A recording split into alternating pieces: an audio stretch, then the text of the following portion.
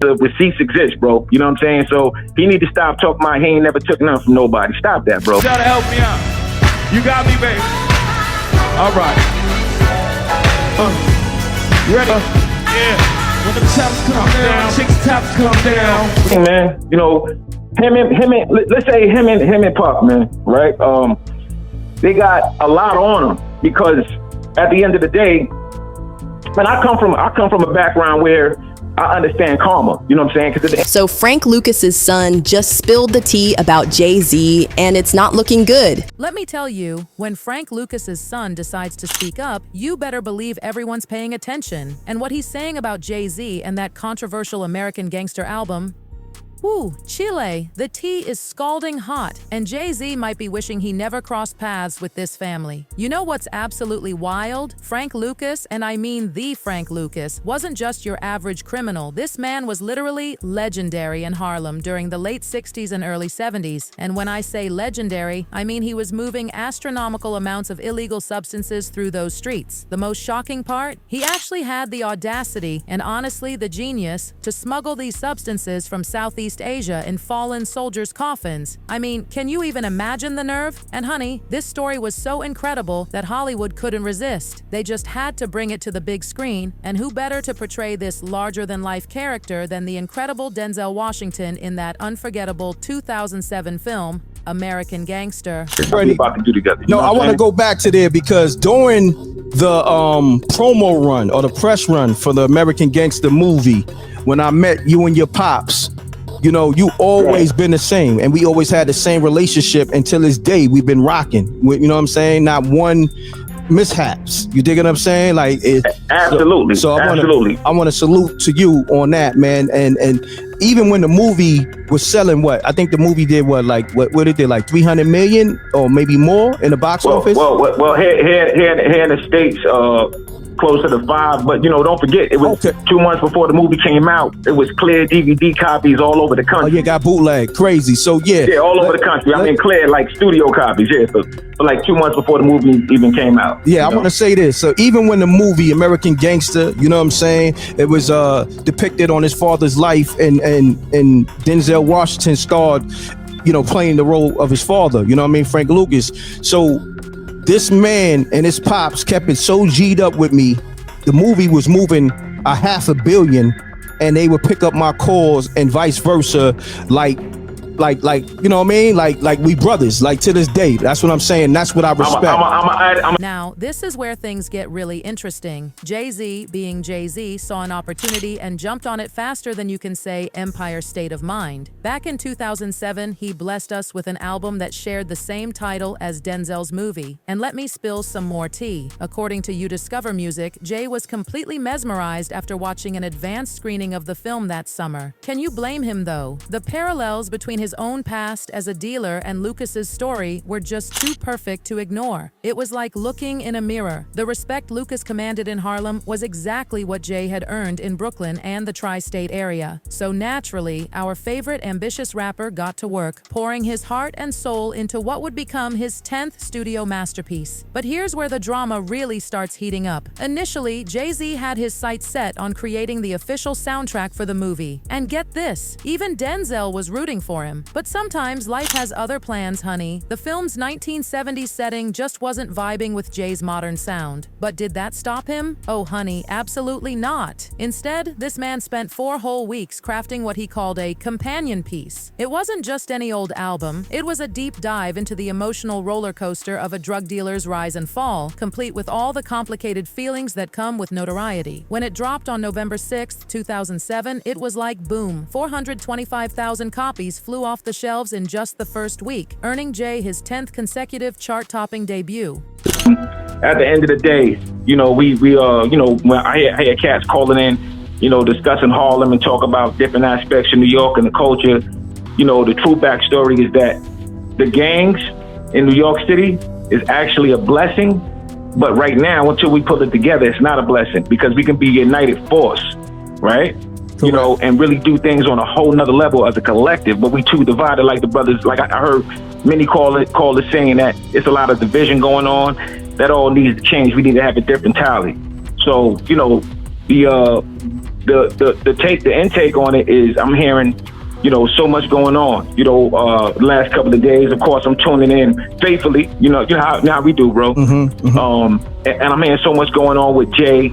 You know, so much going on with Diddy, so much going on, you know, with Fifth and him saying it's about this one or Jim Jones being caught up in this or that. At the end of the day, the bottom line is we all have room. See, New York used to be a culture where we used to do things and everybody had their unique way of doing it. But hold on to your seats, because this is where things get messy. In the track, Watch What You Say to Me, Jay really had the nerve to come for Frank Lucas with these lines. Sooner or later, I take you up on your offer and put you all in your place like I'm replacing your father, you talking to the author, the architect of the blueprint, my DNA and your music, you stupid. Child, when Frank Jr. heard this, let's just say he had thoughts. Reference JayZ mentioning, like, he kind of like smeared your pop's name in the mud. Like, you know, he kind of like put that whole rat shit on your pop's name, like, and you addressed it before. Watch what you say to me. Yeah.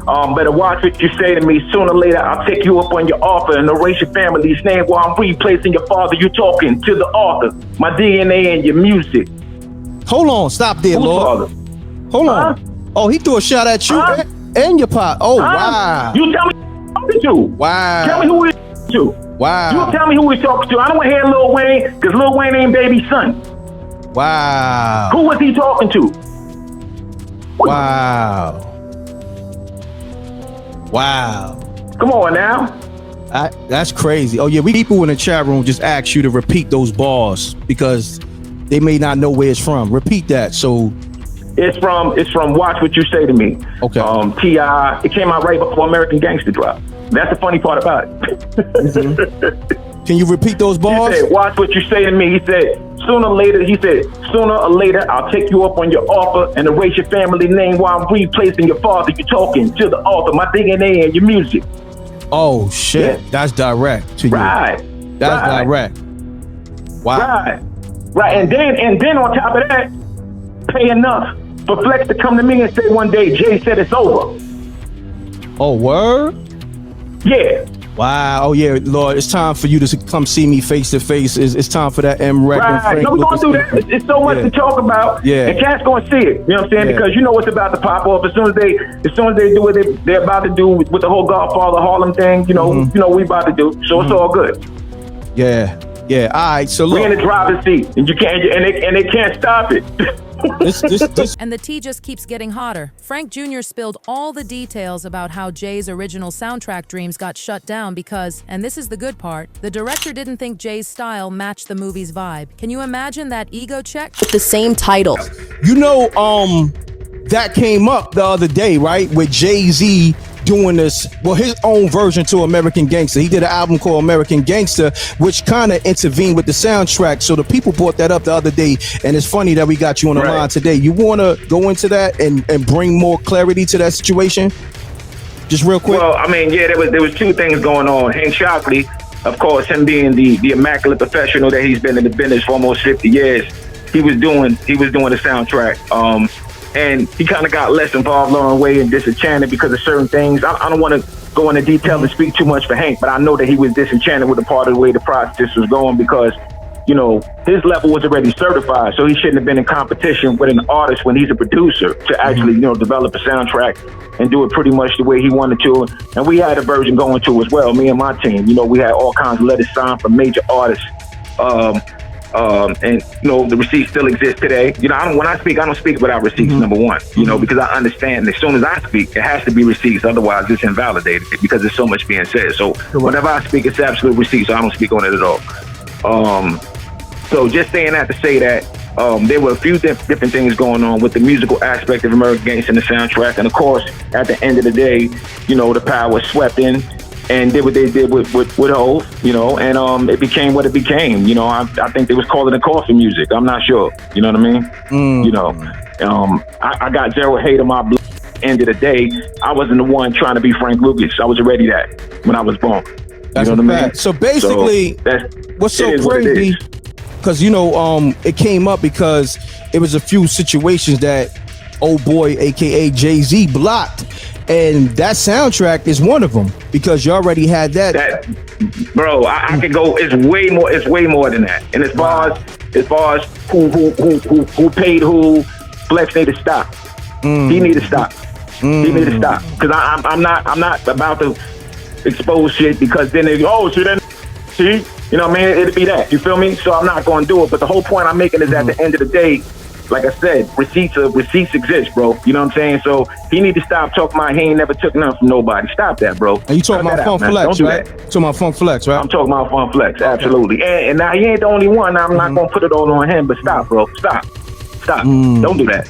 Don't do that. Don't do that. Now here's the thing that's got everyone clutching their pearls. These aren't just empty claims. Back when the album dropped, the streets were talking. People were saying, I don't see how anyone can co-sign American Gangster when the whole album and concept was a fraud. And the most scandalous part? Jay had never even met Frank Lucas. The audacity, the nerve, the gall, and the gumption. But wait, it gets even messier. In the track, No Hook, Jay really crossed a line when he called Frank Lucas a snitch. Let me read you these bars because, child, this is not for commercial usage. Please don't categorize this as music. Please don't compare me to other rappers, compare me to trappers. I'm more Frank Lucas than Ludacris. And Luda is my dude. I ain't trying to diss, like Frank Lucas is cool, but I ain't trying to snitch. Now let's talk about this snitching business because it's complicated. Yes, Frank did cooperate with authorities to get a lighter sentence. And yes, he did give up some information about his associates, something that's absolutely forbidden in that lifestyle. But according to Frank, he only exposed the corrupt cops. However, honey, let me tell you what Richie Roberts, a former attorney, had to say about that. He basically said Frank's cooperation helped save lives by getting dangerous substances off the streets. But Ron Chapesiuk, who wrote Superfly, the true untold story of Frank Lucas' American Gangster, wasn't buying that noble narrative. He spilled the real tea. Lucas snitched to save himself from a 70-year prison sentence. And the results? Over 100 people got convicted based on his testimony. But here's the most shocking part of this whole saga. According to Frank Jr., his daddy actually confronted JayZ about these disrespectful lyrics, and let me tell you, it wasn't pretty. Just real quick. Nah, what it was is, initially, he came and met Pop on the set, and everything was cool. Although me and him had our thing, I don't get in the way of the OG business. At the end of the day, when he was alive, even if I knew I was right, it was his world. He was running it, right? You take your position. My position was the son, not the father. And I never act like his success was mine. You know what I'm saying? Just because I got the name don't mean nothing. I could be a dud. You know what I'm saying? But the world about to find out what it really is. The whole point I'm making by saying that is at the end of the day, he was at the Charlie Rose show the second time. That's when Cat started telling Pop that he was running down on him on his own soundtrack with some subtle shots and some not so subtle shots. So when Pop seen him at the Charlie Rose joint, he said, "Hey boy, you call me a rat?" He's like, "Oh, no, I was just, So Pop took the wheelchair, ran it into his leg. You know what I'm saying? Ran right into his leg. And he said, "Hey, man, let me tell you something." He said, "They can't hide you from me." Wow. Straight like that. I'm going to let you know. I know who you with. They can't hide you from me. Wow. So, that was the end of it. Then he said, "Now take this picture." Wow. And, I sent you the picture before. Yep. My pops, my little brother, and Jay did it. So look, I'm going to say and this. The cat in the background. This is still with me today. This M-Rec framing it like this.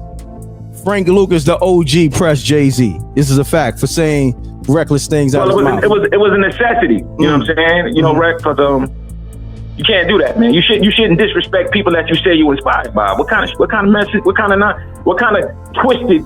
If you're not inspired and you want to say he's a rat or whatever you want to say, then just don't be involved. Exactly. Right? Just don't be involved. If you want to feel that way, that's fine. You got to right to feel however you feel. Then just don't be involved. Facts. Why say that and then want to be involved and eat off of it? No doubt. No doubt. Yo, now here's the last thing I want to say in closing. Look at the numbers. Look at the numbers on his album before American Gangster, and look what American Gangster did for his album and his career going next from that point on.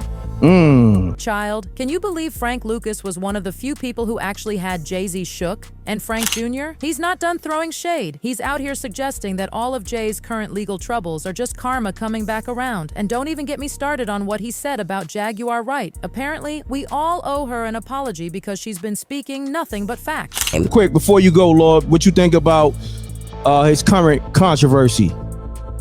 What you think? Oh man, I never want to see a brother go down. I'm not like that. You know what I mean? But I mean, look, here's the whole thing, man. Let's say him and Puff, man, right?